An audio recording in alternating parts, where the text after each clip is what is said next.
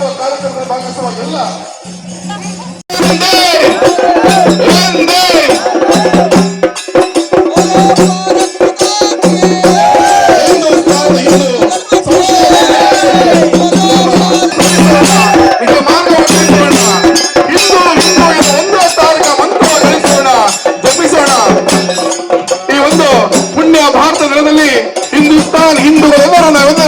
ಒಂದೇ ಎಂದು ಸಾರೋಣ. ಈ ಒಂದು ಕಾರ್ಯಕ್ರಮಕ್ಕೆ ಶ್ರೀ ಶ್ರೀ ಸ್ವಾಮೀಜಿಗಳ ಪುಣ್ಯ ಪಾದವನ್ನು ಸ್ಪರ್ಶ ಆಗ್ತಾ ಇದೆ. ಈ ಒಂದು ದಿನದಲ್ಲಿ ಈ ಒಂದು ವೇದಿಕೆ ಎದುರುಗಡೆ ಎಲ್ಲರ ಒಂದು ಸಮ್ಮುಖದಲ್ಲಿ ಕಾರ್ಯಕ್ರಮಕ್ಕೆ ಎಲ್ಲ ಮಹಿಳೆಯರ ತಾಯಿಯರ ಹಾಗೂ ಎಲ್ಲ ಬಂಧು ಬಳಗದವರ ಒಂದು ಸ್ವಾಗತದೊಂದಿಗೆ ಈ ಕಾರ್ಯಕ್ರಮ ನೆರವೇರಿಸ್ತಾ ಇದೆ. ಬೆಳಗುತ್ತಿರಂತು ಅಂತ ಬೆಳಕು, ದಿವ್ಯ ಜ್ಯೋತಿ ಹಾಗೂ ಬೆಳಕು ಎಲ್ಲರ ಒಂದು ಸಂಚಲನ, ಅದರ ಸಂಚಲನ ಊರ್ಧ್ವಮುಖವಾಗಿರುತ್ತದೆ. ದೀಪ ಅಜ್ಞಾನವನ್ನ ಬೆಳಗಿಸಿ ಜ್ಞಾನವನ್ನು ಬೆಳಗಿಸುವ ದೀಪ. ಈ ಒಂದು ಒಬ್ರೋಡಮದ ದ್ವೀಪ ತಮ್ಮೆಲ್ಲರ ಸಮ್ಮುಖದಲ್ಲಿ ಬೆಳಗ್ತಾ ಇದೆ. ಅದು ಎಲ್ಲರೊಳಗೂ ಒಂದಾಗಬೇಕು. ನಾವೆಲ್ಲ ನಮ್ಮ ಮನದೊಳಗೂ ಒಂದೇ ನಾವೆಲ್ಲರೂ ಇಂದು ಧರ್ಮದ ಪುಣ್ಯ ಪಥ ಆರಿಸಿ ಬನ್ನಿ. ಒಂದೇ ಮಾತರಂ, ಒಂದೇ ಮಾತರಂ, ಭಾರತ ಮಾತಾ ಕಿ. ಇನ್ನೂ ಎಚ್ಚರಾಗಿ ಜಾಗೃತರಾಗಿ ಅನ್ನೋದೇ ಆಗಿ ಹೋಗಿದೆ. ಇನ್ನು ಯಾವಾಗ ಜಾಗೃತರಾಗೋದು? ಈಗಂತೂ ಟೀ ಸಮಯ, ಸಾಮಾನ್ಯವಾಗಿ ಚಾ ಬಂದಿದ್ರೆ ಮಾತು ಕೇಳ್ಬೋದಿತ್ತೇನು. ಈ ಚಾ ಮಾಡ್ತಾ ಇದ್ದೀರಲ್ಲ ನೀವೆಲ್ಲ, ಹಾಲಾಕಿ ಮಾಡ್ತಿದ್ದೀರಿ ಅನ್ಕೊಂಡಿದ್ದೀರ ನೀವು? ಎಷ್ಟು ಜನ ಹಾಲು ಕುಡಿತಿದ್ದೀರಿ ಅನ್ನೋದೇ ಇವತ್ತಿನ 26ನೇ ಇಸ್ವಿಯ ಪ್ರಶ್ನೆ. ಇಡೀ ಭಾರತದಲ್ಲಿ ಇರೋದೇ 17 ಕೋಟಿ ದನಗಳು. ಇವತ್ತು 17 ಕೋಟಿ ದನಗಳು. ನೀವು ಯಾರ ಮನೇಲಿ ಕೇಳಿ ದನ ಸಾಕ್ಲಿಕ್ಕೆ ಆಗೋದಿಲ್ಲ, ಮಾರಿದೀವಿ ಅಂತ. ಒಂದೋ ಎರಡೋ ಇಟ್ಕೊಂಡವರು ಅವರು ಮಾರು ವಿಚಾರವೇ ಹೇಳಿ ಹಾಲು ಕರೀಲಿಕ್ಕೆ ಹೋಗೋದು. ಹೀಗಾಯ್ತು. ಇನ್ನೀಗ ಬಿಸಿಲು ಬೀಳ್ಲಿಕ್ಕೆ ಶುರುವಾಯ್ತು, ಹುಲ್ಲು ಸಿಕ್ಕುದಿಲ್ಲ. ಎಲ್ಲಿ ಬಿಟ್ಟರು ಯಾರ್ದಾರ ಮನೆಯದು ಹೂವಿನ ಗಿಡ ಕೀಳ್ತದೆ, ತಿಂತದೆ, ಮತ್ತಿನ್ನೋದಿಷ್ಟು ರಾಮಾಯಣ. ಬಾಯಿಗೆ ಬರುವುದು ಯಾರಿಗೆ? ಯಾವ್ದಾದ್ರೂ ಸಾಬ್ರಿಗೆ ಕೊಡುವ ಅಂತ. ದನ ಬೇಡ ಅಂದ್ರೆ ಅದನ್ನ ಸಾಬ್ರಿಗೆ ಕೊಡೋದು ಅಂತಲೇ ಲೆಕ್ಕ. ಮನೆಯಲ್ಲಿ ಹಳೆ ಪಾತ್ರೆ ಇದೆಯಾ, ಸಾಬ್ರಿಗೆ ಕೊಡೋದು. ಪೇಪರ್ ಇದೆಯಾ, ಸಾಬ್ರಿಗೆ ಕೊಡೋದು. ಎಲ್ಲಾ ಸಾಬ್ರಿಗೆ ಕೊಟ್ಟು ಇನ್ನು ಸ್ವಲ್ಪ ದಿನದಲ್ಲಿ ದೇಶನೇ ಸಾಬ್ರಿಗೆ ಕೊಡ್ತೀರಾ ಅಂತ ನನಗೆ ಭಯ.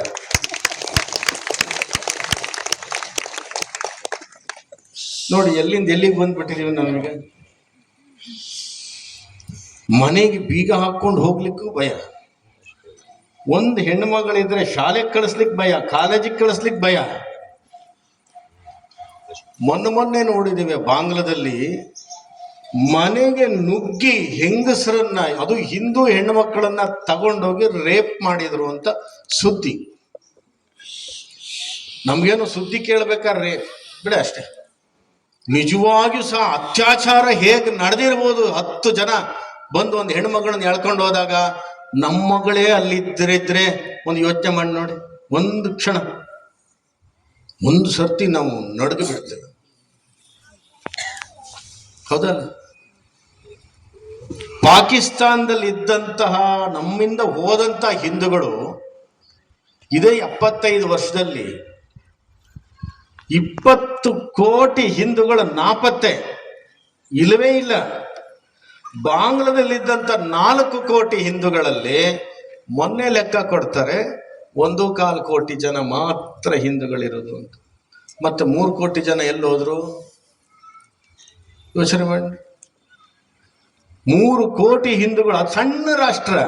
ನಮ್ಮ ಇಂದಿರಾ ಗಾಂಧಿನೇ ಅದನ್ನು ಕಿತ್ತು ಪಾಕಿಸ್ತಾನ ಬೇರೆ ಬಾಂಗ್ಲಾದೇಶ ಬೇರೆ ಅಂತ ಮಾಡಿ ಹಾಕಿದವರು. ನಾನು ಕಳೆದ ವರ್ಷ ಮೋದಿಯವರಿಗೆ ಕ್ರೂರವಾಗಿ ಒಂದು ನ್ಯೂಸ್ ಚಾನಲ್ ಅಲ್ಲಿ ಮಾತಾಡಿದ್ದೆ. ಬಹಳಷ್ಟು ಜನ ಕಾಂಗ್ರೆಸ್ನವ್ರ ಬಾಯಿಗೆ ಹಲವ ಇಟ್ಟಂಗೆ ಆಗೋಯ್ತದೆ. ಅದನ್ನು ಕಟ್ ಮಾಡಿ ಹಂಚಿದ್ರು. ಒಂದಿಷ್ಟು ಜನ ಬೈದ್ರು ನಮಗೆ. ಆದ್ರೆ ನಾನು ಹೇಳಿದ ಉದ್ದೇಶ ಏನಿತ್ತು ಗೊತ್ತಾ? ಹೇಗೂ ನಾವು ಪಾಕಿಸ್ತಾನಕ್ಕೆ ಹೊಡಿಲಿಕ್ಕೆ ಹೋಗಾಗಿದೆ. ಸಿಂಧೂರದ ಹೆಸರಲ್ಲಿ ನಾವು ಮೆಟ್ಟಿ ನಿಂತಾಗಿದೆ. ಎಲ್ಲ ಆರ್ಮಿಗಳು, ಭೂಸೇನೆ, ವಾಯುಸೇನೆ, ನೌಕಾಸೇನೆ ರೆಡಿಯಾಗಿ ನಿಂತಾಗಿದೆ. ಬೇರೆ ದೇಶಗಳೆಲ್ಲರೂ ಭಾರತ ಹೊಡೆದ್ರೆ ತಪ್ಪಿಲ್ಲ ಅಂತ ಹೇಳಾಗಿದೆ. ನಮಗೊಂದು ಭಯ ಇತ್ತು, ಒಳಗಡೆ ಇರ್ತಕ್ಕಂಥ ಮುಸ್ಲಿಮರು ಏನಾದ್ರು ಉಲ್ಟಾ ಹೊಡಿತಾರ ಅಂತ.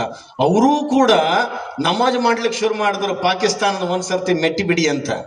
ಸಿಕ್ಕಿದ್ದೇ ಚಾನ್ಸ್ ಅಂತೇಳಿ ನೀವು ಹೊಡಿಬೇಕಾಗಿತ್ತು. ಆ ಟ್ರಂಪ್ ಮಾತು ಕೇಳಿ ನಿಲ್ಸಿದ್ರೆ ಮುಂದೊಂದು ದಿನ ಇದೇ ಟ್ರಂಪ್ ನಮಗೆ ಇಡ್ತಾನೆ ಬತ್ತಿ, ನೋಡ್ತಾ ಇರಿ ಅಂತ ಹೇಳಿದೆ. ಇವತ್ತು ಏನಾಗಿದೆ ನೋಡಿ, ಅವನು ಏನು ಮಾಡಿದ? ಅವನ ಚಾಳಿಯೇ ಅಷ್ಟೆ. ಆದರೂ ಒಂದು ಒಳ್ಳೇದೇನಾಗಿದೆ ಅಂತಂದ್ರೆ, ಇಷ್ಟು ವರ್ಷದ ಭಾರತ ಈಗಿನ ಭಾರತ ಅಲ್ಲ ಅನ್ನೋದನ್ನ ಪ್ರಪಂಚಕ್ಕೆ ಪ್ರಧಾನಿಯವರು ತೋರಿಸ್ಕೊಟ್ಟಿದ್ದಾರೆ. ಅವನು ಮೇಲಿಂದ ಮೇಲೆ ಟ್ಯಾಕ್ಸು ಏನಾದ್ರೂ ಹೊರ ನೀನು ಯಾವನು ಅನ್ನೋ ಮಟ್ಟಕ್ಕೆ ಮಾತಾಡದೆ ಉತ್ತರ ಕೊಟ್ಟಿದ್ದಾರೆ. ಮಾತಾಡದೆ ಅವನಿಗೆ ತಲೆ ಕೆಟ್ಟು ಹೋಯ್ತು, ಇವನಿಗೆ ಏನು ಮಾಡಿದ್ರು ಇವನು ಸುದ್ದಿ ಇಷ್ಟೇನಾ ಅಂತ. ಈಗ ಎಲ್ಲ ಬಿಟ್ಟು ನಿನ್ನೆ 25% ಇಳಿದಿದ್ದಾನೆ, ತಾನೇ ಇಳಿದು ಬಿಟ್ಟಿದ್ದಾನೆ. ನೋಡಿ ಎಲ್ಲಿವರೆಗೆ ಬರ್ತಾ ಇದ್ದಾನೆ. ಬೇರೆ ದೇಶಗಳೆಲ್ಲರೂ ಸಹ ಭಾರತಕ್ಕೆ ಒಪ್ಪಿಗೆಯನ್ನು ಕೊಡ್ತಿದ್ದಾರೆ. ಅಂದ್ರೆ ಭಾರತದ ಘನತೆಯನ್ನ ಎತ್ತಿ ಹಿಡಿತಕ್ಕಂತಹ ಪ್ರಧಾನಿ ಇದ್ದರೂ ಕೂಡ ಅವರಿಗಿರ್ತಕ್ಕಂಥ ಚಿಂತೆ ಒಂದೇ, ಏನಂತಂದ್ರೆ ಮುಂದೆ ಎಷ್ಟು ವರ್ಷ ಈ ಭಾರತ ಹಿಂದೂ ರಾಷ್ಟ್ರವಾಗಿ ಇರುತ್ತೆ ಅನ್ನೋ. ಈಗಿರೋ ಪ್ರಶ್ನೆನೂ ಅದೇ. ಸಿಖ್ ಧರ್ಮ ಇದೆ, ಬೌದ್ಧ ಧರ್ಮ ಇದೆ, ಕ್ರಿಶ್ಚಿಯನ್ ಧರ್ಮ ಇದೆ, ಜೈನ ಧರ್ಮ ಇದೆ, ಮತ್ತದು ಅಲ್ಲದೆ ನಮ್ಮ ದೇಶದ ಅಲ್ಲದೆ ಇರತಕ್ಕಂಥ ಇಸ್ಲಾಂ ಧರ್ಮ ಇದೆ, ಕ್ರಿಶ್ಚಿಯನ್ ಧರ್ಮ ಇದೆ. ಇಷ್ಟೂ ಧರ್ಮಗಳಿದ್ರೂ ಕೂಡ ಎಲ್ಲಾ ಧರ್ಮ ಗ್ರಂಥಗಳು ಬರೆದಿರೋದೇನು ಗೊತ್ತಾ? ನಿಮ್ಮ ಶಾಂತಿಗೋಸ್ಕರ, ನಿಮ್ಮ ಮನಸ್ಸಿನ ನೆಮ್ಮದಿಗೋಸ್ಕರ ಆ ದೇವರನ್ನ ನೀವು ಸ್ತುತಿ ಮಾಡಿ. ಯಾವ ದೇವರು? ಎಲ್ಲಾ ಗುರುಗಳು ಹೇಳಿದ್ದು ಆ ದೇವರನ್ನ ಅಂತ. ಈವನ್ ಕುರಾನ್ನಲ್ಲಿ ಹೇಳಿದ್ದು ಕೂಡ ಪೈಗಂಬರು ಅಲ್ಲಾಹನ್ನ ನೀವು ಪ್ರಾರ್ಥನೆ ಮಾಡಿದ್ರೆ ನಿಮ್ಗೆ ಒಳ್ಳೇದು ಮಾಡ್ತಾನೆ ಅಂತ. ಯೇಸುವೆ ಹೇಳಿದ್ದೇನು, ಅವನಿಗೆ ಮೊಳೆ ಹೊಡಿಬೇಕಾದ್ರೆ, ಶಿಲುಬೆ ಏರಿಸಬೇಕಾದ್ರೆ, ಓ ದೇವರೇ ಇವರಿಗೆ ಒಳ್ಳೆ ಬುದ್ಧಿ ಕೊಡು. ಯಾರಿಗೆ? ಮೊಳೆ ಹೊಡಿಯವರಿಗೆ. ಅವ್ರು ಇನ್ನೂ ಮೊಳೆ ಹೊಡೆಯೋದು ಬಿಡ್ಲೇ ಇಲ್ಲ. ಕಡೆಗೂ ಅವ್ರನ್ನು ಯೇಸು ಹೇಳಿದ ಮಾತೇನು? ಓ ದೇವರೇ ಇವರಿಗೆ ಒಳ್ಳೆ ಬುದ್ಧಿ ಕೊಡು. ಹಾಗಿದ್ರೆ ಇವನು ದೇವರಲ್ಲ, ದೇವರು ಇನ್ನೊಂದು ಕಡೆ ಇದ್ದಾನೆ, ಕರಿತಿದ್ದಾನೆ. ಇವನು ದೇವರಲ್ಲ, ಮಹಮ್ಮದ್ದು ದೇವರಲ್ಲ, ಗುರುನಾನಕರು ದೇವರಲ್ಲ, ಯಾರೂ ದೇವರಲ್ಲ. ಸನಾತನ ಧರ್ಮದಲ್ಲಿ ನಾನೇ ಭಗವಂತ, ನನ್ನದೇ ವಿರಾಟ ದರ್ಶನ ಮಾಡು, ನಾನು ಹೇಳಿದ್ದೇ ನಡಿ, ನಾನು ಹೇಳಿದ್ದನ್ನೇ ಕೇಳು ಅಂತ ಹೇಳಿದಂಥ ಒಂದೇ ಗೀತೆ, ಅದು ಭಗವಂತನ ಗೀತೆ, ಅದು ಭಗವದ್ಗೀತೆ. ಇನ್ಯಾವುದು ಪ್ರಪಂಚದಲ್ಲಿ ಭಗವಂತ ಬಂದು ಹೇಳಿದ ಗೀತೆ. ಹಾಗಿದ್ರೆ ನೀವು ಈಗ ಯೋಚನೆ ಮಾಡಿ, ಇಂಥ ಒಂದು ಧರ್ಮದಲ್ಲಿ, ಇಂಥ ಒಂದು ಸನಾತನ ಧರ್ಮದಲ್ಲಿ ನಾನು ಹುಟ್ಟುಬಿಟ್ಟಿದ್ದೀನಲ್ಲ, ನಾನು ಏನು ಮಾಡಿದ್ನೋ ಹಿಂದೆ, ಆ ಒಂದು ಪುಣ್ಯದ ಫಲಕ್ಕೋಸ್ಕರ ಇವತ್ತು ಹಿಂದೂ ಧರ್ಮದಲ್ಲಿ ಹುಟ್ಟಿದ್ದೀರಿ. ಇದು ನೀವು ನೆನ್ಪಿಟ್ಕೋಬೇಕು. ಯಾರೋ ಅಕ್ಕಿ ಕೊಡ್ತೇವೆ, ಒಂದಿಷ್ಟು ಮಾತ್ರೆ ಕೊಡ್ತೀನಿ, ಸೀರೆ ಕೊಡ್ತೀನಿ ಅಂದ ತಕ್ಷಣ ಈ ಧರ್ಮವನ್ನು ಬಿಟ್ಟು ಹೋದವರು ಇದಾರಲ್ಲ, ಅಂತಹ ದ್ರೋಹಿಗಳು ನೀವುಗಳಾಗಬಾರ್ದು. ಹೆತ್ತ ತಾಯಿಯನ್ನ, ಹೊತ್ತ ನೆಲವನ್ನ, ಬಿತ್ತ ಕುಲವನ್ನ ಯಾವತ್ತಿಗೂ ಬಿಡದೆ ಅದಕ್ಕೆ ಋಣ ತೀರಿಸಿ ಸತ್ತವನೇ ನಿಜವಾದ ಮನುಷ್ಯನಾಗಿರ್ತಾನೆ. ನೀವು ಯಾರು ಹಿಂದೂ ಧರ್ಮದಲ್ಲಿ ಹುಟ್ಟಿಸು ನನ್ನನ್ನ ಅಂತ ದೇವರಿಗೆ ಕೇಳಿದ್ದೀರ? ಅವನೇ ಹುಟ್ಟಿಸಿದ. ಯಾರನ್ನ ಎಲ್ಲಿ ಹುಟ್ಟಿಸ್ಬೇಕು ಅಂತ ಅವನಿಗೆ ಮಾತ್ರ ಗೊತ್ತು. ಅವನು ಯಾಕೆ ಹುಟ್ಟಿಸಿದ? ಇದರಲ್ಲಿ ಅವನದೇನೋ ಇಚ್ಛೆ ಇದೆ. ನಾನೇ ಒಂದೊಂದು ಸರ್ತಿ ಪ್ರಶ್ನೆ ಹಾಕ್ಕೊಳ್ತೇನೆ. ನಾನು ಡಾಕ್ಟ್ರಾಗಿ ಕೆಲಸ ಮಾಡಿದವ, 16 ವರ್ಷ ಡಾಕ್ಟ್ರಾಗಿ ಕೆಲಸ ಮಾಡಿ ಆಮೇಲೆ ಸನ್ಯಾಸಕ್ಕೆ ಬಂದ. ವಿಶ್ವೇಶ ತೀರ್ಥರು ಒಂದಿನ ಕರೆದು ಹೇಳಿದರು, ಹಿಂದೂ ಧರ್ಮದ ಗುರುಗಳಾಗಿ ಹಿಂದೂ ಪೀಠಕ್ಕೆ ನೀವು ಆಗಬೇಕು, ಶೈವರು ಒಪ್ಪಬೇಕು, ವೈಷ್ಣವರು ಒಪ್ಪಬೇಕು. ಹಾಗಾಗಿ ವೈಷ್ಣವ ಮಂತ್ರವನ್ನು ನಾನು ಕೊಡ್ತೇನೆ, ಶೈವ ಮಂತ್ರವನ್ನು ಶಂಕರಾಚಾರ್ಯದವರು ಕೊಡ್ತಾರೆ ಅಂತ ಹೇಳಿ ಇಬ್ಬರೂ ಗುರುಗಳು ಸೇರಿ ನನಗೆ ವಿಶ್ವ ಸಂತೋಷ ಭಾರತಿ ಅಂತ ಮಾಡಿ ತಲೆ ಬೋಳಿಸಿ ಸ್ವಾಮಿ ಮಾಡಿದರು. ಆಮೇಲೆ ಎಣಿಸ್ತು ನನಗೆ, ಬ್ರಾಹ್ಮಣ ಪೀಠದಲ್ಲಿ ಕೂತಿದ್ರು ಕೂಡ ಬ್ರಾಹ್ಮಣರಿಗೆ ಮಾತ್ರ ನಾನು ಸ್ವಾಮಿಗಳಾಗಲಿಲ್ಲ, ಸಮಸ್ತ ಹಿಂದೂ ಧರ್ಮದವರಿಗೆ ಸ್ವಾಮಿಗಳಾಗಿದ್ದರು. ನೀವು ಬೇಕಾದರೆ ಪರೀಕ್ಷೆ ಮಾಡಿ, ನಿಮ್ಮಲ್ಲಿ ಯಾರು ನಾಮಧಾರಿಗಳಿರಲಿ, ಬಿಲ್ಲವರಿರಲಿ ಅಥವಾ ಒಕ್ಕಲಿಗರಿರಲಿ, ನಾಡವರಿರಲಿ, ಲಿಂಗಾಯತರಿರಲಿ, ಗುರುಗಳೇ ನಮ್ಮ ಮನೆಗೆ ಭಿಕ್ಷೆಗೆ ಬರಬೇಕು, ನಾವು ಬಹಳ ನಿಮ್ಮ ಸಂಪ್ರದಾಯದ ಅಚ್ಚುಕಟ್ಟಿನಲ್ಲಿ ನಾನು ಅಡುಗೆ ಮಾಡಿ ಹಾಕ್ತೀನಿ ಅಂತ ನೀವು ಕರೆದ್ರೆ ನಾನು ಅಲ್ಲೇ ಬಂದು ಬಾಳೆಲೆ ಇಟ್ಟು ಅಡುಗೆಯನ್ನು ಊಟ ಮಾಡಿ ಹೋಗ್ತೀನಿ. ಯಾಕೆ ಇದಕ್ಕೆ ಬದಲಾಯಿಸ್ತಿದ್ದೇವೆ ಅಂದರೆ, ನಿಮ್ಮನ್ನ ರಿಪೇರಿ ಮಾಡೋದಕ್ಕಿಂತ ಮುಂಚೆ ನಾವು ಸ್ವಾಮಿಗಳ ರಿಪೇರಿ ಆಗ್ಬೇಕಾಗಿದೆ. ನಮ್ಮದೇ ಗೂಟ ಸರಿ ಇಲ್ಲ ಇಲ್ಲಿ. ಎಲ್ಲರನ್ನು ಮುಟ್ಟಿಸ್ಕೊಳ್ಳದೆ ಇರುವಂಥ ಸ್ವಾಮಿಗಳೇ ಬೇಕಾದಷ್ಟು ಜನ ಇದ್ದಾರೆ. ಎಲ್ಲರದು ಅಕ್ಕಿ ಆಗ್ತದೆ, ಅನ್ನ ಆಗುವುದಿಲ್ಲ. ದುಡ್ಡಾಗ್ತದೆ, ನಿಮ್ಮದು ಏನು ಬೇರೆದಾಗುವುದಿಲ್ಲ. ಹಣ್ಣಾಗ್ತದೆ, ನಿಮ್ಮದು ಮನೆ ಆಗುವುದಿಲ್ಲ. ಎಲ್ಲಿವರೆಗೆ ಬಂದಿದ್ದೇವೆ? ಇನ್ನೊಂದಿಷ್ಟು ಹುಚ್ಚ ಸ್ವಾಮಿಗಳಿದ್ದಾರೆ ಉತ್ತರ ಕರ್ನಾಟಕದಾಗೆ. ನಾವು ಲಿಂಗಾಯತರು ಹಿಂದೂಗಳೇ ಅಲ್ಲ, ನಾವು ವೀರಶೈವರು ಹಿಂದೂಗಳೇ ಅಲ್ಲ, ನಾವೇ ಬೇರೆ ಅಂತ.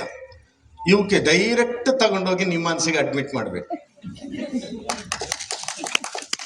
ಅಲ್ಲೇ ಇದೆ ವೀರಶೈವ ಅಂತ, ಶಿವನ ಭಕ್ತರಿಗೆ ಶೈವರು ಅನ್ನೋದು. ವೀರಶೈವ ಅಂತ ಇಟ್ಕೊಂಡವರೇ ನಾನು ಹಿಂದೂಗಳಲ್ಲ ಅಂದ್ರೆ ಏನ್ ಯಾರು ಶಿವನನ್ನು ಪೂಜೆ ಮಾಡು? ಲಿಂಗಾಯತರು ನಾವು ಹಿಂದೂಗಳಲ್ಲ ಅಂತ ಅನ್ನೋರು ಆ ಲಿಂಗ ಕಟ್ಕೊಂಡು ಹಿಂದೂಗಳಲ್ಲ ಅಂತಂದ್ರೆ ಇನ್ಮೇಲೆ ಲಂಗ ಮಾತ್ರ ಕಟ್ಕೊಳ್ಬೇಕು ಅವರು. ಶಿವಲಿಂಗ ಅನ್ನೋದು ಹಿಂದೂ ಸಂಪ್ರದಾಯದ ಒಂದು ಅಸ್ತಿತ್ವ. ಸುಪ್ರೀಂ ಕೋರ್ಟ್ ಹೇಳಿದೆ, ನೀವು ಶಿವನನ್ನ ಆರಾಧಿಸಿದ್ರೆ, ನಾರಾಯಣನನ್ನ ಆರಾಧಿಸಿದ್ರೆ, ದೇವಿಯನ್ನ ಆರಾಧಿಸಿದ್ರೆ ಹಿಂದೂ ಧರ್ಮದವರೇ ಅಂತ, ಸನಾತನೀಯರೇ ಅಂತ. ಇಷ್ಟು ಗೊತ್ತಿದ್ದು ಕೂಡ ಒಬ್ಬ ಸ್ವಾಮಿಗಳೇ ಹೀಗೆ ಹೇಳ್ತೇವೆ ಅಂತಂದ್ರೆ ಹಿಂದೂ ಧರ್ಮನ ರಿಪೇರಿ ಎಲ್ಲಿ ಮಾಡ್ಬೇಕು ನಾವು? ಹಿಂದೂಗಳಲ್ಲಿ ವಿರೋಧಿಗಳು ಯಾರು? ಒಂದು ಪ್ರಶ್ನೆಯನ್ನು ಇವತ್ತು ನೀವು ಅಂಕೋಲದಲ್ಲಿ ಹಾಕೋಬೇಕು. ಹಿಂದೂ ಧರ್ಮದ ವಿರೋಧಿಗಳು ಯಾರು ಅಂತ. ಹಿಂದೂ ಧರ್ಮಕ್ಕೆ ಪರಕೀಯರ ವಿರೋಧಿಗಳಾದರೆ ಅವ್ರನ್ನ ಹೇಗೂ ನಾವು ಎದುರಿಸ್ಬೋದು.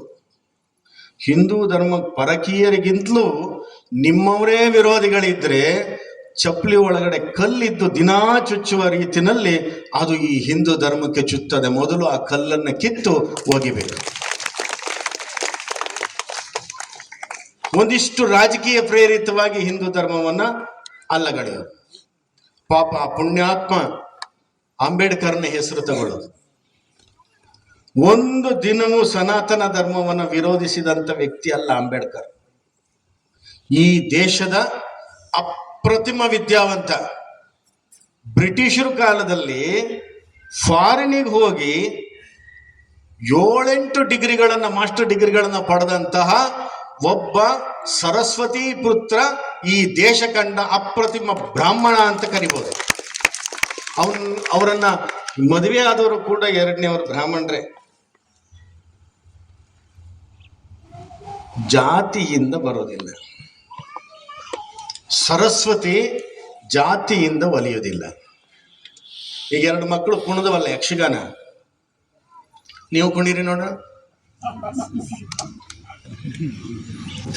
ಆ ಒಂದು ಕಲೆ, ಆ ಒಂದು ಹೆಜ್ಜೆ, ಆ ಒಂದು ರಾಗ, ಆ ಒಂದು ತಾಳ ಭಾರತದ ಸಂಸ್ಕೃತಿಯ ದೊಡ್ಡ ಶಕ್ತಿ ಅದು.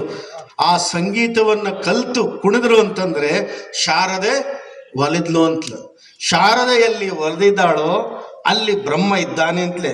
ಎಲ್ಲಿ ಬ್ರಹ್ಮ ಇದ್ದಾನೋ ಅಲ್ಲಿ ಬ್ರಾಹ್ಮಣ್ಯ ಇದೆ. ಅಂಥವ್ರು ಮಾತ್ರ ಬ್ರಾಹ್ಮಣರು ಅಂತ ಕರೆದದ್ದು. ಇಲ್ಲಿ ಅಪ್ಪ ಬ್ರಾಹ್ಮಣ, ಅಮ್ಮ ಬ್ರಾಹ್ಮಣ, ಇವ ಮೀನ್ ತಿಂದ ಅಂತ ತಕ್ಷಣ ಅವ ಹೆಂಗೆ ಬ್ರಾಹ್ಮಣ ಆಗ್ತಾನೆ? ಆಹಾರದಿಂದ ಜಾತಿ ಬರುವುದಿಲ್ಲ, ನೀತಿಯಿಂದಲೇ ಜಾತಿ. ನಾನಿಷ್ಟು ಸುತ್ತಾಡಿದ್ರೊಳಗೆ ನಿಮ್ಮಲ್ಲಿ ಬಹಳ ಬದಲಾವಣೆ ಆಗಿರ್ತಕ್ಕಂಥ ಬ್ರಾಹ್ಮಣರನ್ನು ಉತ್ತರ ಕನ್ನಡದಲ್ಲಿ ನೋಡಿದ್ದೀನಿ ನಾನು. ಪ್ರಬುದ್ಧರಾಗಿದ್ದಾರೆ. ಇವತ್ತಿಗೂ ನಾನು ಬೆಳಿಗ್ಗೆ ಒಂದು ಕಾರ್ಯಕ್ರಮಕ್ಕೆ ಹೋದಾಗ 8-10 ಜನ ಬ್ರಾಹ್ಮಣರು ನಾನು ಬರ್ತಾ ಇದ್ದೀನಿ ಅಂತ ಕಾದು ಕುಳಿತು ಹಣ್ಣನ್ನು ನನಗೆ ಕೊಟ್ಟು ಅಲ್ಲಿ ನಮಸ್ಕಾರ ಮಾಡಿ ಹೋಗಿದ್ರು.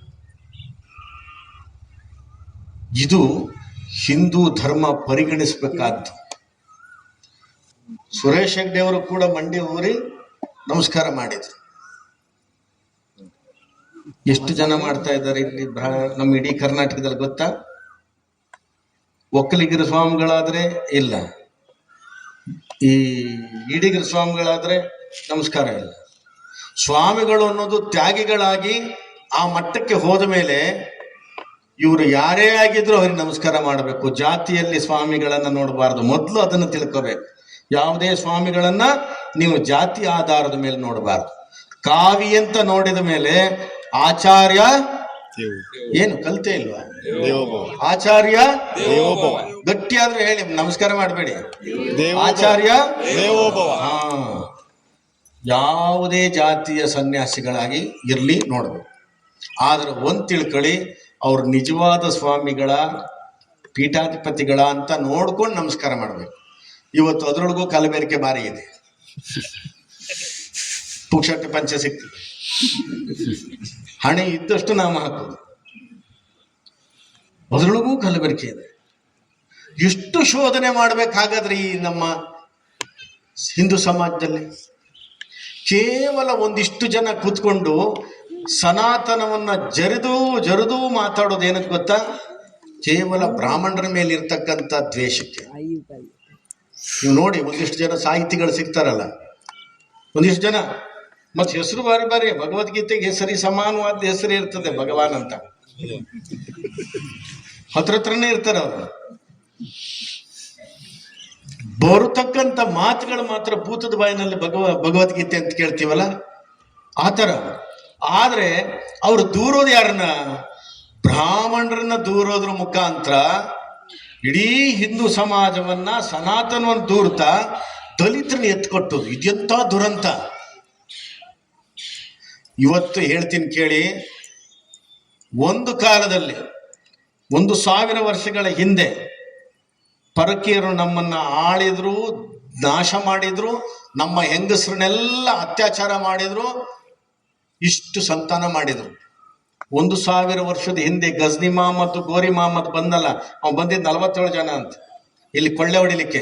ಯಾವ ಹೆಂಗಸರನ್ನು ಕರ್ಕೊಂಡ್ ಬಂದಿರಲಿಲ್ಲ. ಇಲ್ಲಿದ್ರು ವರ್ಷಾನ್ಗಟ್ಲೆ. ಮಕ್ಕಳು ಮಾತ್ರ ಆಯ್ತು.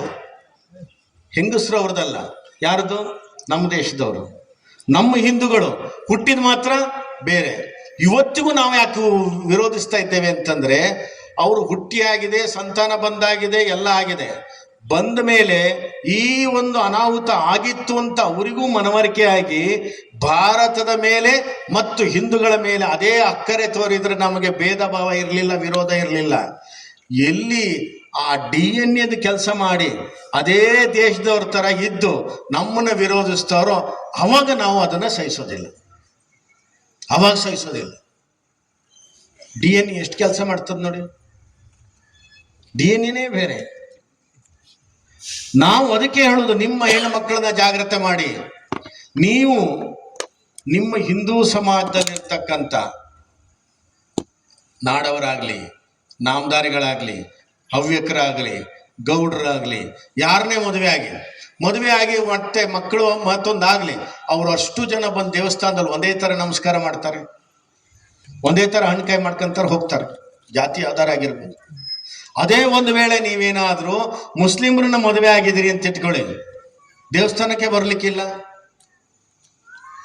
ಎಲ್ಲ ಉಲ್ಟಾ. ಹೆಚ್ಚಿನ ಹುಡುಗರುಗಳು ಮುಸ್ಲಿಂ ಹುಡುಗಿನ ಮದುವೆ ಆಗಿ ಇವರು ತುಂಡು ಮಾಡ್ಕೊಂಡು ಆಚೆಗೆ ಹೋಗಿ ಅಬ್ದುಲ್ಲಾ ಅಂತ ಹೆಸರಿಟ್ಕೊಳ್ತಾರೆ. ಅವನ್ನೇ ತುಂಡು ಮಾಡ್ಬೇಕ ಬೇಡ?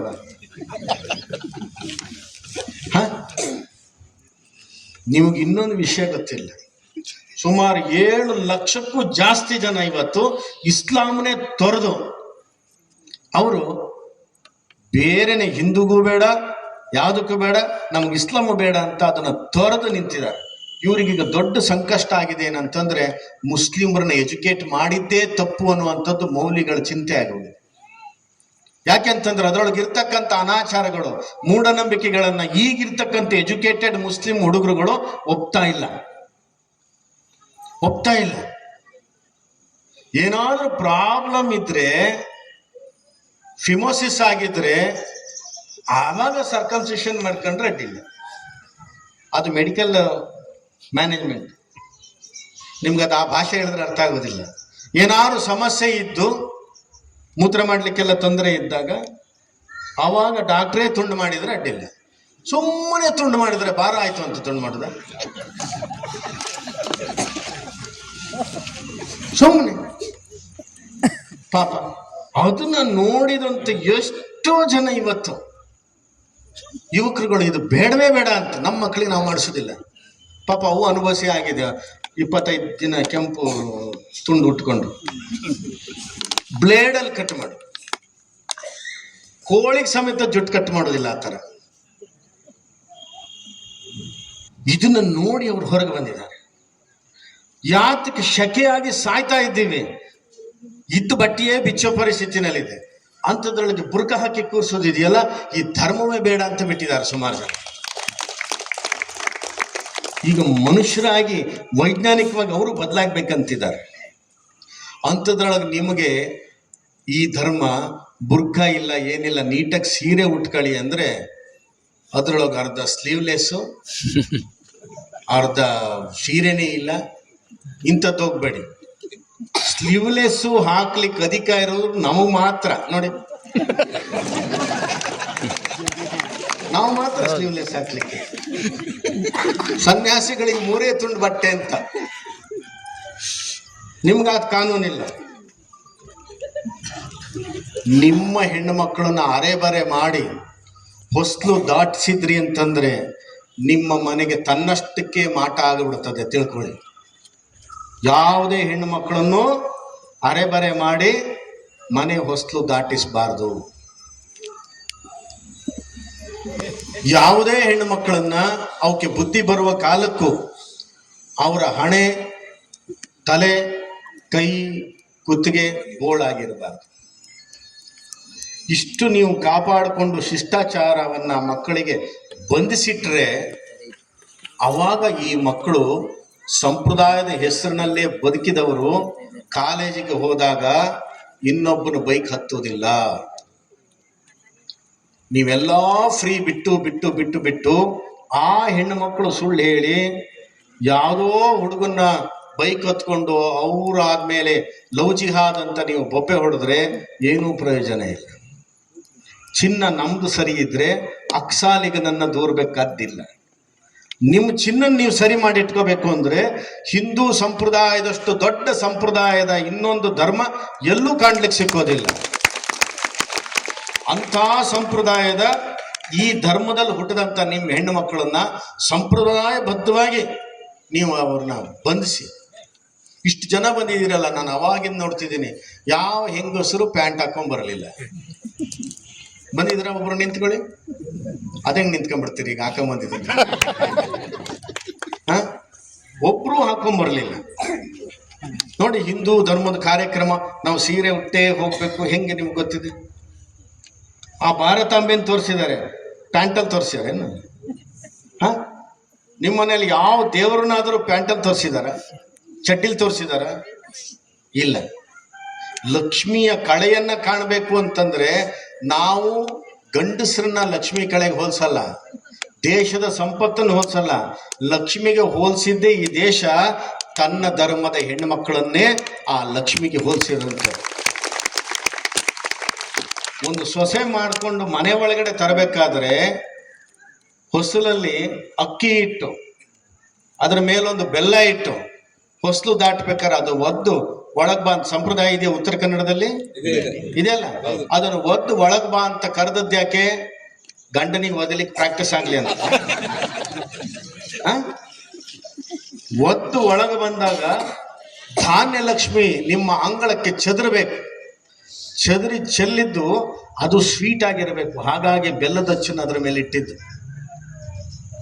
ಪ್ರಾರಂಭದಲ್ಲೇ ನಿಮ್ಮ ಹೆಣ್ಣುಮಗಳು ಆ ಮನೆಯ ಮಹಾಲಕ್ಷ್ಮಿಯಾಗಿ ಒಳಗೆ ಬರಬೇಕು, ಗೃಹಲಕ್ಷ್ಮಿಯಾಗಿ ಬರಬೇಕು. ಎಂಥ ಸ್ಥಾನವನ್ನು ಕೊಟ್ಟರು ನೋಡಿ. ಸಂತಾನ ಲಕ್ಷ್ಮಿಯಾಗಿ ಆ ಮನೆಯ ಸಂತಾನವನ್ನು ವೃದ್ಧಿಸಬೇಕು, ಧನಲಕ್ಷ್ಮಿಯಾಗಿ ಆ ಮನೆಯ ಸಂಪತ್ತನ್ನು ಕಾಪಾಡಬೇಕು, ಗಜಲಕ್ಷ್ಮಿಯಾಗಿ ಆ ಮನೆಯನ್ನು ಎತ್ತಿ ಹಿಡಿಬೇಕು ಅಲ್ವಾ. ಇಷ್ಟಾಗಿ ವಿದ್ಯಾಲಕ್ಷ್ಮಿಯಾಗಿ ತನ್ನ ಮಗುವಿಗೆ ವಿದ್ಯೆಯನ್ನು ಹೇಳ್ಕೊಡ್ಬೇಕು. ಇವತ್ತು ಹಾಗಲ್ಲ. ವಿದ್ಯೆ ಹೇಳ್ಕೊಡೋ ಸಂದರ್ಭದಲ್ಲೇ ಗಂಡನ ಜೊತೆ ಕಿತ್ತಾಡ್ಕೊಂಡು ಡೈವರ್ಸ್. ಒಂದು ಮಗು ಇವಳಿಗೆ, ಒಂದು ಮಗು ಅವನಿಗೆ, ಎರಡಿದ್ರೆ. ಒಂದಿದ್ರೆ ಅರ್ಧ ಅರ್ಧ, 3 ದಿನ ಇವನಿಗೆ, 3 ದಿನ ಅವನಿಗೆ. ಯಾವ ಪರಿಸ್ಥಿತಿಗೆ ಬಂದು ನಾವು ನಿಂತಿದ್ದೀವಿ? 150 ಕೋಟಿ ಜನ ಭಾರತದಲ್ಲಿದ್ದಾರೆ ಅಂತ ಮೊನ್ನೆ ಇತ್ತೀಚೆಗೆ ಹೇಳ್ತಾರೆ. ಇವತ್ತೆಲ್ಲ ನಾವು ಹಿಂದೂಗಳು ಸೇರ್ಕೊಂಡಿದ್ದೀವಲ್ಲ, 150 ಕೋಟಿಯಲ್ಲಿ ನೀವು ಎಷ್ಟು ಜನ ಇದ್ದೀರಿ ಗೊತ್ತಾ ನಿಮಗೆ? ಕೇವಲ 67 ಕೋಟಿ ಜನ ಇರೋದು. ಕೇವಲ 67 ಕೋಟಿ ಜನ. 150 ಕೋಟಿ ಜನರಲ್ಲಿ 50% ಅಂದ್ರೂ 75 ಕೋಟಿ ಜನ ಇರಬೇಕಿತ್ತು. ಈಗಲೇ ಇಲ್ಲ. ಎಲ್ಲೋಗಿದ್ದಾರೆ ಸ್ವಾಮಿ? ಹಾಗಾದ್ರೆ ಇದ್ದವರೆಲ್ಲ ಯಾರು? ನಿಮ್ಮ 7 ರಾಜ್ಯ ಇದೆಯಲ್ಲ, ಮಿಜೋರಾಮ್, ಅಸ್ಸಾಮು, ಸಿಕ್ಕಿಮು, ಇವೆಲ್ಲ, ಅಲ್ಲಿ 80% ಕ್ರಿಶ್ಚಿಯಾನಿಟಿ ಆಗಿ ಹೋಗಿದೆ. 80% ತಿಳ್ಕೊಳ್ಳಿ. ಇನ್ನು ಅದ್ರ ಕೆಳಗಡೆ ಬಂದರೆ ಯಾವ್ದು ಸಿಗುತ್ತೆ? ಪಶ್ಚಿಮ ಬಂಗಾಳ. ಅಲ್ಲೊಬ್ಳು ತಾಟಕ್ಕೆ ಇದು ಬತ್ತಿದ್ದೆಲ್ಲ ಹಾಳು ಮಾಡಿ ಹಾಕಿದಾಳೆ. ಈಗ ಎಷ್ಟೊತ್ತಿಗೆ ಒಳಗೆ ಹೋಗ್ತಾಳೋ ಅಂತ ಕಾಯ್ತಾ ಇದೀವಿ ನಾವು. ಸುಪ್ರೀಂ ಕೋರ್ಟ್ ಇವತ್ತು ಹೇಳತ್ತೋ ನಾಳೆ ಹೇಳತ್ತೋ. ಹೌದಾ? ಒಂದು ರಾಜ್ಯನೇ ಹಾಳು ಮಾಡಿ ಬಿಟ್ಟಿದ್ದಾಳೆ. ಇನ್ನು ಒರಿಸ್ಸಕ್ಕೆ ಬಂದರೆ ಅಲ್ಲೂ ಮತಾಂತರ ಅರ್ಧ ಆಗಿದೆ, ಆದ್ರೆ ಸ್ವಲ್ಪ ಹಿಂದುತ್ವ ಇದೆ. ಇನ್ನು ತಮಿಳ್ನಾಡು ಕೆಳಗಡೆ ಬಂದ್ಬಿಟ್ರೆ Mudaliar Christian, Iyengar Christian, Iyer Christian. ಇದ್ಯಾವ ಥರದ್ದು ಹೊಸ ಜಾತಿ? ನಾವು ಮೊನ್ನೆ ಒಂದು 6 ತಿಂಗಳ ಕೆಳಗಡೆ ಕೇಳಿದ್ವಿ ಇಲ್ಲೇ ಕರ್ನಾಟಕದಲ್ಲಿ. ನಾವು ಅಲ್ಲಿದೆ ಅಂತ ಅನ್ಕೊಂಡಿದ್ದೀವಿ. ನೋಡ್ರಿ, ಕರ್ನಾಟಕದಲ್ಲೇ ಕುರುಬ ಕ್ರಿಶ್ಚಿಯನ್ನು, ಇಲ್ಲಿ ನಾಮದಾರಿ ಕ್ರಿಶ್ಚಿಯನ್ನು. ನೆಂಟರಿದ್ದಾರೆ ನೋಡ್ಕೊಳ್ಳಿ. Namdhari Christian, ನಾಡವ Christian, DNA ಕ್ರೆ ನಾಡವ Christian, ಅಂಬಿಗರ ಕ್ರಿಶ್ಚಿಯನ್ನು. ಇವರೆಲ್ಲ ಯಾರು ಸ್ವಾಮಿ? ಇವರು ಹೊಸ ಜಾತಿ. ಇನ್ನು ತೆಲುಗು ಹೋಗ್ಬಿಟ್ರೆ ಆಂಧ್ರ, ಹೈದರಾಬಾದು, ನಿಜಾಮ ಸಂತತಿಗಳು ಸಂಪೂರ್ಣ ತುಂಬಿಟ್ಟಿದೆ. ಹೆಚ್ಚೇನು ಬೇಡ. ನಮ್ಮ ರಾಜ್ಯದಲ್ಲಿ ಸ್ವಲ್ಪ ಮಟ್ಟಿಗೆ ಕಡಿಮೆ ಅಂತಿರೋದೇ ಉತ್ತರ ಕನ್ನಡದಲ್ಲಿ. ನೀವು ಎಲ್ಲ ಉತ್ತರ ಕರ್ನಾಟಕಕ್ಕೆ ಹೋಗ್ಬಿಟ್ರೆ ಯಾವುದೇ ಸಿಟಿ ಒಳಗಡೆ ಹೋದ್ರೂ ನಿಮ್ಮ ಕೇಸರಿ ಬಾವುಟಕ್ಕಿಂತ ಜಾಸ್ತಿ ಹಸುರು ಕಾಣುತ್ತೆ. ಕರ್ನಾಟಕದಲ್ಲೇ ಕಡಿಮೆ ಆಗಿದೆ. ಗೊತ್ತಿಲ್ದಂಗೆ ಮತಾಂತರ ಆಗಿವೆ, ಗೊತ್ತಿಲ್ದಂಗೆ ಅವ್ರ ಸಂತಾನ ಜಾಸ್ತಿ ಆಗಿದೆ. ಅವರೇನು ನಿಮ್ಮನ್ನು ಮತಾಂತರ ಮಾಡಿಲ್ಲ ಮುಸ್ಲಿಮರು. ಹಿಂದುತ್ವದ ಭಾಷಣ ಅಂದ ತಕ್ಷಣ, ಕುರಾನ್ ಬೈದ ತಕ್ಷಣ ಹಿಂದುತ್ವ ಆಗೋದಿಲ್ಲ, ಮುಸ್ಲಿಮರು ಬೈದ ತಕ್ಷಣ ಹಿಂದುತ್ವ ಆಗೋದಿಲ್ಲ. ನಾನು ಅವ್ರನ್ನ ಬೈಯೋದಿಲ್ಲ, ನಾನು ನಮ್ಮವ್ರನ್ನೇ ಬೈಯೋದು. ಯಾಕೆಂದ್ರೆ ಮೊದಲು ನೆಟ್ಟಗಾಗ್ಬೇಕಾಗಿದ್ದು ಯಾರು? ನಮ್ಮವರೇ. ಯಾರಿಗೆಲ್ಲ ಒಂದು ಮಕ್ಕಳಿದೆ, ಒಂದು ಮಗು ಇದೆ, ಕೈ ಎತ್ತಿ. ನಾನು ಏನ್ ಕೇಳಿದ್ರು ಕೈ ಎತ್ತಲ್ಲ. ಈ ಸ್ವಾಮಿಗಳ ಸವಾಸವೇ ಬೇಡ ಇತ್ತು. ನೀವು ಯಾರೆಲ್ಲ ಒಂದು ಮಗು ಮಾಡ್ಕೊಂಡಿದ್ದೀರಿ ಅವರು ನಿಜವಾಗಿಯೂ ಈ ದೇಶದ್ರೋಹಿಗಳೇ. ದೇವರ ಆಣೆಗೂ ಈ ದೇಶಕ್ಕೆ ಏನೂ ಮಾಡೋದಿಲ್ಲ, ಏನೂ ಮಾಡೋದಿಲ್ಲ. ಕಡೆ ಪಕ್ಷ ಒಂದು 3 ಮಕ್ಕಳಾದ್ರೂ ಮಾಡಿ ಸಾಯ್ರಿ ಅಂತೇಳಿ ನಾನು ಹೇಳೋದು. 67 ಕೋಟಿ ಇದ್ದದ್ದು ಇನ್ನೊಂದು 30 ವರ್ಷಕ್ಕಾದ್ರೆ 70 ಕೋಟಿಗೆ ಹೋಗ್ಲಿ ಅತ್ಲೆ. ಬದ್ದ ಜಾಗ ಎಲ್ಲ ಜನರೇ ತುಂಬ ಹೋಗ್ಲಿ. ಇನ್ನೇನು ಇನ್ನೊಂದು 5 ವರ್ಷದಲ್ಲಿ ಇಡೀ ದೇಶ ಎಲ್ಲ ವಕ್ವಾಸ್ತಿ ಅಂತ ಆಗಿ ಹೋಗ್ಬಿಡ್ತಿತ್ತು. ಎಲ್ಲರೂ ಇದೇನಾಗುತ್ತಪ್ಪ ಅಂತ, ನಿಮ್ದು ಯಾವ್ದಾದ್ರು ದೊಡ್ಡ ಜಾಗ ಇದ್ರೆ ಅದೆಲ್ಲ ವಕ್ಫ್ ಮಂಡಳಿಗೆ ಅಂತ ಎಲ್ಲ ಬಿಟ್ಟು ವಿಧಾನಸೌಧ, ಸಂಸತ್ತು ಸಮೇತ ವಕ್ವಾಸ್ತಿ ಅಂತ ಆಗ್ಬಿಟ್ಟಿತ್ತು. ಅದು ಏನು ಒಂದು ಆಶ್ಚರ್ಯ ರೀತಿಯಲ್ಲಿ ಪ್ರಧಾನಿ ಮತ್ತು ನಮ್ಮ ಗೃಹ ಮಂತ್ರಿ ಬೇಕಾದಾಗ್ಲಿ ಅಂತ ಅದನ್ನ ಕ್ಯಾನ್ಸಲ್ ಮಾಡಿ ಬಿಸಾಡಿದ್ದು ಆ ಆಸ್ತಿ ಭಾರತಕ್ಕೆ ಉಳಿತಾ ಇದೆ. ಕೆಲಸವನ್ನ ಬಾಯಿ ಬಡ್ಕೊಳ್ಳೋದಲ್ಲೇ ಕೆಲಸ ಮಾಡಬೇಕು. ಬಾಯಿ ಬಡ್ಕೊಳ್ತಾ ಹೋದ್ರೆ ಎಲ್ಲವೂ ಬಡದೇ ಹೋಗ್ತದೆ. ಇಡೀ ಒಕ್ಕು ದೇಶವೇ ಒಕ್ಕು ಆಸ್ತಿ ಆಗೋಗ್ತಿತ್ತು. ಈಗ ನೀವು ಯೋಚನೆ ಮಾಡಿ, 3 ಮಕ್ಕಳಲ್ಲ 2 ಮಕ್ಕಳು ಮಾಡ್ಕೊಳ್ಳೋಕೆ ತಯಾರಿಲ್ಲ. ಸ್ಕೂಲು ಜಾಸ್ತಿ ಸ್ವಾಮಿ, ಫೀಸು ಇಲ್ದಿದ್ದೆ ಬೇಡದಿದ್ದೆ ಹೇಳೋದು. ಶಾಲೆ, ನಿಮ್ಮ ಮಕ್ಕಳು ಜಾಸ್ತಿ ಶಾಲೆ ಫೀಸ್ ಕೊಟ್ಟಿದ್ದ ಶಾಲೆನಲ್ಲಿ ಓದಿದ್ರೇ ನಿಮ್ಮ ಮಕ್ಕಳು ದೊಡ್ಡ ಜನ ಆಗೋದಲ್ಲ. ನಿಜವಾಗ್ಲೂ ಅವರೊಂದು ಬದುಕನ್ನು ಕಟ್ಕೊಳ್ಳೋರು ಯಾರು ಗೊತ್ತಾ? ನಿಜವಾಗ್ಲೂ ಮಕ್ಕಳು, ಯಾವ ಮಕ್ಕಳು ಸಾಧಾರಣ ಶಾಲೆಯಲ್ಲಿ ಓದಿರ್ತಾವ, ಯಾವ ಮಕ್ಕಳು 50ರಿಂದ 60% ತೆಗಿತಾವ, ಆ ಮಕ್ಕಳೇ ನಿಜವಾದ ಬದುಕನ್ನು ಕಟ್ಕೊಳ್ಳೋದು. ಇದನ್ನು ತಿಳ್ಕೊಳ್ಳಿ. ನೀವು ಹುಟ್ಟಿದ ಮಕ್ಕಳಿಗೇನೆ 1.5 ಲಕ್ಷ ಫೀಸು ಕಟ್ಟಿ ದೊಡ್ಡದು ಕಲಿಸ್ತೀನಿ ಅಂತ ಹೋಗ್ತಾವಲ್ಲ, ಅವು ನೀವು ಕಲಿಸ್ತೀನಿ ಅಂದಿರ್ತೀರ, ಅವು ನಿಮಗೆ ಮುಂದೆ ಬುದ್ಧಿನೇ ಕಲಿಸ್ಬಿಡ್ತಾವೆ. ಯಾಕೆ ಗೊತ್ತಾ? ನೀವು ಮಾಡಿರೋದು ಅದು. ಬೆಳಿಗ್ಗೆ ಪಾಪ ಅದು ಇನ್ನು ಕಣ್ಣೇ ಬಿಟ್ಟಿರಲ್ಲ ಆ ಮಗು, ಎತ್ಕೊಂಡು ಹೋಗಾಯ್ತು, ನಿದ್ದೆ ಕಣ್ಣಲ್ಲೇ ತಗೊಂಡೋಗಿ ಬಾತ್ರೂಮಲ್ಲಿ ನಿಲ್ಲಿಸಿ ನೀರು ಹೊಯ್ದು ಬಿಡ್ತೀರಿ. ಪಾಪ ಅದು ಏನಾಯ್ತು ಅಂತೇಳಿ ಕಣ್ಣು ಬಿಡೋ ಅಷ್ಟೊತ್ತಿಗೆ ಅದಕ್ಕೊಂದು ಚಡ್ಡಿ ಹೆಣ್ದು, ಅದಕ್ಕೊಂದು ಕಾಣಿಕೆ ಡಬ್ಬಕ್ಕೆ ದುಡ್ಡು ಹಾಕದಂಗೆ ದೋಸೆ ಪೀಸ್ ತೆಗೆದು ಬಾಯಿಗೆ ಹಾಕಿ, ಯಾವುದೋ ಶಾಲೆ ಇದು ಬಸ್ ಬಂತು ಎತ್ತರ ಡಬ್ಬಕ್ಕೆ ಹಾಕದಂಗೆ ಅದಕ್ಕೆ ಹಾಕೋದು. ಅದು ಎದ್ನೋ ಬಿದ್ನೋ ಅಂತ ಹೋಗಿ ಶಾಲೆನಲ್ಲಿ ನಿಂತ್ಕೊಬೇಕಾದ್ರೆ ಅಲ್ಲೊಂದು ತಾಟಿಕೆ ತರ ಟೀಚರ್ ನಿಂತ್ಕೊಂಡಿರ್ತಾರೆ. ಅಯ್ಯಪ್ಪ ಇಲ್ಲೆಲ್ಲಿ ಸಿಕ್ಕಾಕೊಂಡೆ ಅಂತ ಅದಿನ್ನೇನು ಎಚ್ಚರಾಗಿ ಬಿಸಿಲು ಬರೋ ಅಷ್ಟೊತ್ತಿಗೆ ಸ್ಕೂಲ್ ಮುಗೀತು. ಸ್ಕೂಲ್ ಮುಗೀತಲ್ಲ, ವಾಪಸ್ ಮನೆಗೆ ಬರೋಣ ಅಂತೇಳಿ ಮನೆಗೆ ಬಂದ್ರೆ ಖುಷಿನಲ್ಲಿ ಇನ್ನಾದ್ರೂ ಸರಿ ಇರೋಣ ಅಂತ ಇವಳು ಬೆಳಗ್ಗೆ ಕಲಿಸ್ದೋಳು ಇರ್ತಾಳಲ್ಲ ತಾಯಿ, ಸಾಕ್ಷಾತ್ ಸರಸ್ವತಿ ತರ ಕುತ್ಕೊಂಡಿರ್ತಾಳೆ. ಮಗು ಬರಲಿ ಡೈರಿ ತಗೊಂಡು ಓದ್ಬೇಕು ಅಂತ. ಆ ಸ್ಕೂಲ್ ಡೈರಿ ತಗೊಳ್ಳೋದು, ಅದಕ್ಕಿನ್ನೂ ಏನು ತಿನ್ಸ್ಬೇಕಾ ಕುಡಿಸ್ಬೇಕಾ ಏನೂ ಇಲ್ಲ, ಇವಳು ಡೈರಿ ಓದೋದೇ ತಲೆ ಬಿಸಿ. ಅದಕ್ಕೆ ಸಾಕಾಗಿರತ್ತೆ ಪಾಪ. ಮತ್ತೆ ಇವಳೊಂದು ಏನೋ ಒಂದು ಕೊಟ್ಟಂಗೆ ಮಾಡಿ ಅಂಗಿ ಚಡ್ಡಿ ತೆಗೆದು ಕೂರ್ಸೋದು ಬರ್ಸಕ್ಕೆ. ಯಾಕಂದ್ರೆ ಇವಳಿಗೆ ಸೀರಿಯಲ್ ಟೈಮ್ ಆಗುತ್ತೆ ಆಮೇಲೆ. ಅಂದ್ರೆ ಈಗಲೇ ಬರ್ಸ್ಕೋಬೇಕು ಇವಳಿಗೆ, ಈಗಲೇ ಬರ್ಸ್ಕೊಂಡು ಅದಕ್ಕೆ ಸುಸ್ತು ಹೊಡೆದು ಬುದ್ಧಿ ಬರ್ತಾ ಇವಳೇನು ಅಮ್ಮನ ಇವಳು ಸತ್ತು ಹೋಗ್ಲಿಕ್ಕೆ ಅಂತ ಅವಳು ಮಗು ಬೈಕೊಂತ ಬಾಯ್ ಬಿಟ್ಟು ಹೇಳಿದ್ರೆ ಬೀಳ್ತದ ಪೆಟ್ಟು. ಹಂಗಾಗಿ ಬೈಕೊಳ್ತಾ ಇದು ಏನು ಕಲಸಿ ಟೆನ್ಷನ್ ಕೊಟ್ಟು ಆ ಮಗುಗೆ SLC ಹೋಗ್ಬೇಕಾದ್ರೆ ಶುಗರ್ ಬರುತ್ತೆ. ಈ ಟೆನ್ಷನ್ ಇಂದಲೇ ಶುಗರ್ ಬರೋದು. ಹಿಂದೂಗಳ ಮಕ್ಕಳು ಬಹುತೇಕ ಮಕ್ಕಳಿಗೆ ನೀವು ಇದೇ ಮಾಡೋದು. ಹಿಂದೂಗಳ ಮಕ್ಕಳಿಗೆ ಇನ್ನೊಂದು 25-30 ವರ್ಷಕ್ಕೆ ಅತೀವ ಶುಗರ್, ಇಲ್ಲ ಅಂದ್ರೆ BP, ಇಲ್ಲ ಅಂದ್ರೆ ಥೈರಾಯ್ಡ್, ಇಲ್ಲ ಅಂದ್ರೆ PCOD, ಇಲ್ಲ ಅಂದ್ರೆ ಒಲಿಗೋಸ್ಪರ್ಮಿ ಅಂದ್ರೆ ಗೊತ್ತಾ?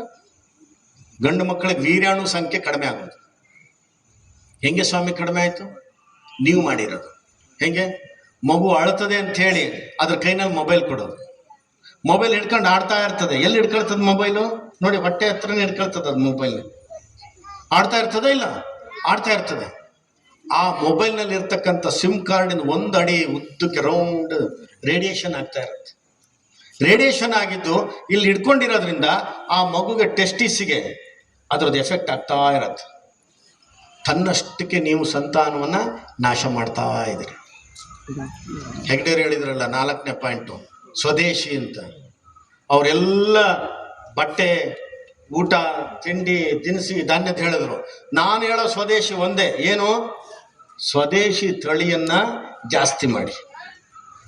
ಸ್ವದೇಶಿ ತಳಿಯನ್ನು ಜಾಸ್ತಿ ಮಾಡಿ ಅಂಕೋಲದ ಇವತ್ತು ತಪಸ್ಸು ಶಪಥ ಮಾಡ್ಕೊಳ್ಳಿ. ಮುದುಕರಿಗೆಲ್ಲ ಹೇಳಿದ್ದು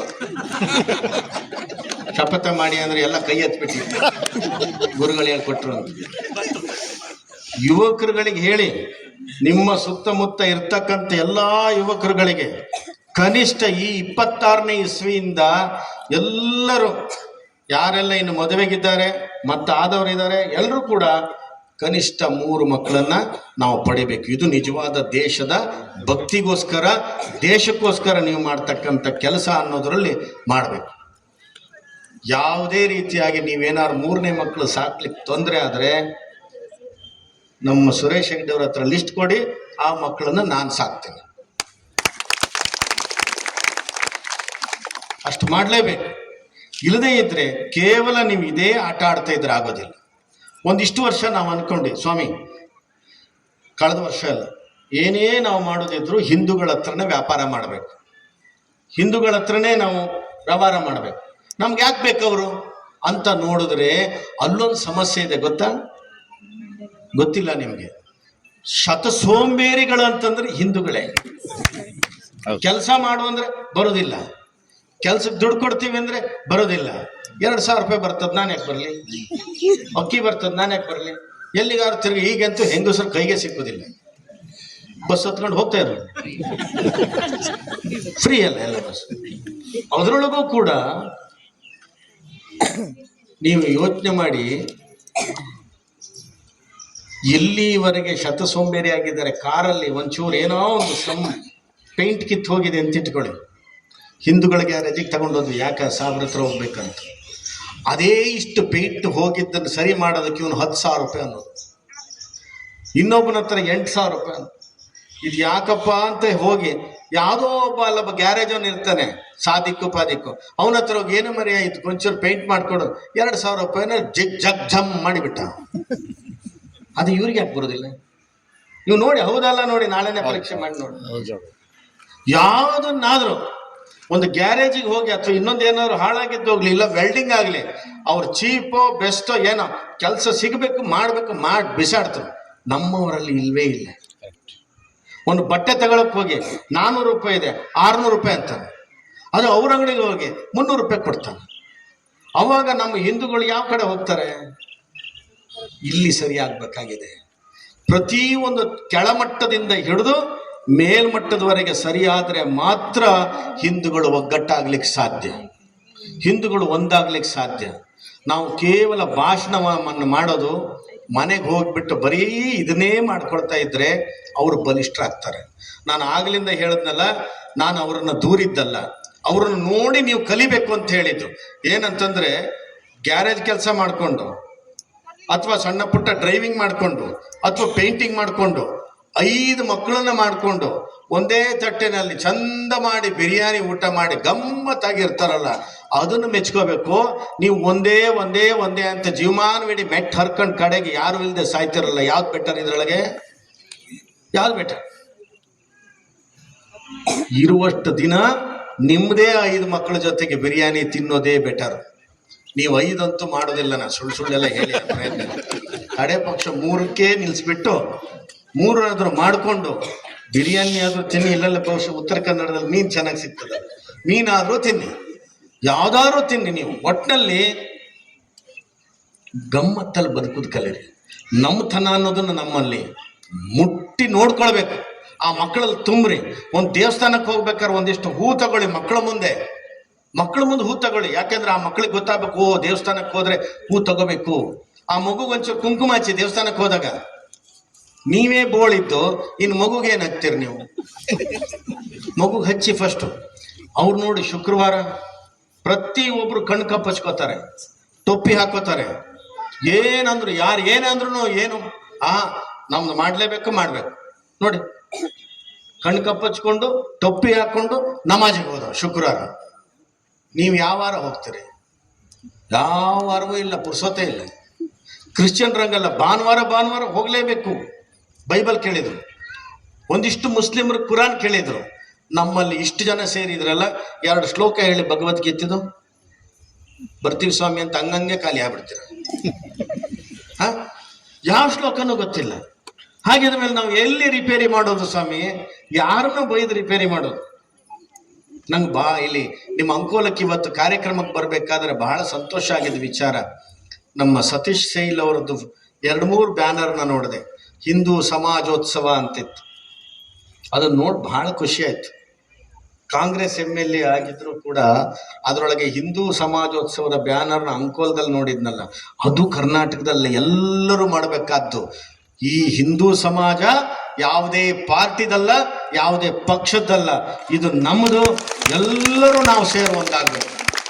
ಹಿಂದೂ ಸಮಾಜ ಅಂತ ಬಂದ ತಕ್ಷಣ JDS ಅಂತಾಗಲಿ, ಕಾಂಗ್ರೆಸ್ ಅಂತಾಗಲಿ, BJP ಅಂತಾಗಲಿ ಅಲ್ಲವೇ ಅಲ್ಲ. ನಾವೇನು BJPದ ಭಾಷಣ ಮಾಡ್ತಾ ಇಲ್ಲ ಇಲ್ಲಿ, BJPಯವ್ರ ಪರವಾಗಿನೂ ಇಲ್ಲ. ನಾವು ನಿಜವಾಗ್ಲೂ ಎರಡು ಸಂದೇಶವನ್ನ ಈ RSS ಮುಖಂಡರಿಗೆ ನಾನು ಇವತ್ತು ಹೇಳ್ಬಿಟ್ಟು ಹೋಗ್ಬೇಕು ಅಂತಿದ್ದೀನಿ. ಎರಡು ಸಂದೇಶ. ಒಂದು ಸಂದೇಶ, ಈ 100ನೇ ವರ್ಷದಲ್ಲಿ RSSನ ಪದಾಧಿಕಾರಿ ಮೇಲ್ಮಟ್ಟದವರಿಗೆ ಒಂದು ಸಂದೇಶ ನೀವು ಮುಟ್ಟಿಸ್ಬೇಕೇನು ಅಂತಂದ್ರೆ, ನಮ್ಮ ಲೋಕಲ್ನಲ್ಲಿ ಹಿಂದುತ್ವ, ಹಿಂದೂ, ಸನಾತನ ಅಂತೇಳಿ ಜೀವನ ಪೂರ್ತಿ ತೇದಿದಂಥ ಕಾರ್ಯಕರ್ತರಿದಾರಲ್ಲ, ಅವರಿಗೆ ಕ್ಷೇಮ ನಿಧಿ ಅಂತ ಒಂದು ಫಂಡನ್ನು ನೀವು ಮಾಡಲೇಬೇಕು. ಅವ್ರ ಜೀವಮಾನವಿಡೀ ಇದೇ ಹಿಂದುತ್ವ ಅಂತೇಳಿ ಜೀವನ ತೇದಿ ಹೆಂಡತಿಗೂ ಬೇಡ ಮಕ್ಕಳಿಗೂ ಬೇಡ ಅನ್ನೋ ಮಟ್ಟಕ್ಕೆ ಅವ್ರು ಆಗಿ ಕಡೆಗೂ ಅವರ ಬಿದ್ದೋಗೋ ಟೈಮಲ್ಲಿ ಅವ್ರನ್ನ ನೋಡೋರ್ ಗತಿ ಇಲ್ದಂಗಾದ್ರೆ ನಾಳೆ ಯಾರು ಕಾರ್ಯಕರ್ತರಾಗೋದಿಲ್ಲ. ಆದ್ರಿಂದ ಒಂದು ಕ್ಷೇಮ ಅಭಿವೃದ್ಧಿ ನಿಧಿ ಅನ್ನೋದನ್ನ ಮಾಡಲೇಬೇಕು. ಗುರುಗಳು ಹೇಳಿದ್ದಾರೆ ಅಂಥೇಳಿ ಈ ಮಾತನ್ನ ನೀವು ಒಂದು ಮಾತನ್ನ ಹಾಕ್ಲೇಬೇಕು. ಕ್ಷೇಮ ನಿಧಿ, ಅವ್ರಿಗೊಂದು ಇನ್ಶೂರೆನ್ಸ್ ಇರಬೇಕು. ಅವ್ರು ಯಾವುದೇ ವಯಸ್ಸಾಗಿ ಏನೇ ಆದರೂ ಈ ಇನ್ಶೂರೆನ್ಸ್ ಅವ್ರಿಗೆ ಹೆಲ್ಪ್ ಆಗೋಂಗಾಗ್ಬೇಕು. ಇದೇ ಪ್ರಾಕ್ಟೀಸನ್ನ ಮಾಡ್ಕೊಂಡೇ ಕೂತಿದ್ರೆ ಒಂದಿಷ್ಟು ದುಡ್ಡಾದ್ರೂ ಮಾಡ್ಬೋದಾಗಿತ್ತು ಸುರೇಶ್ ಹೆಗ್ಡೆ ಅವರು.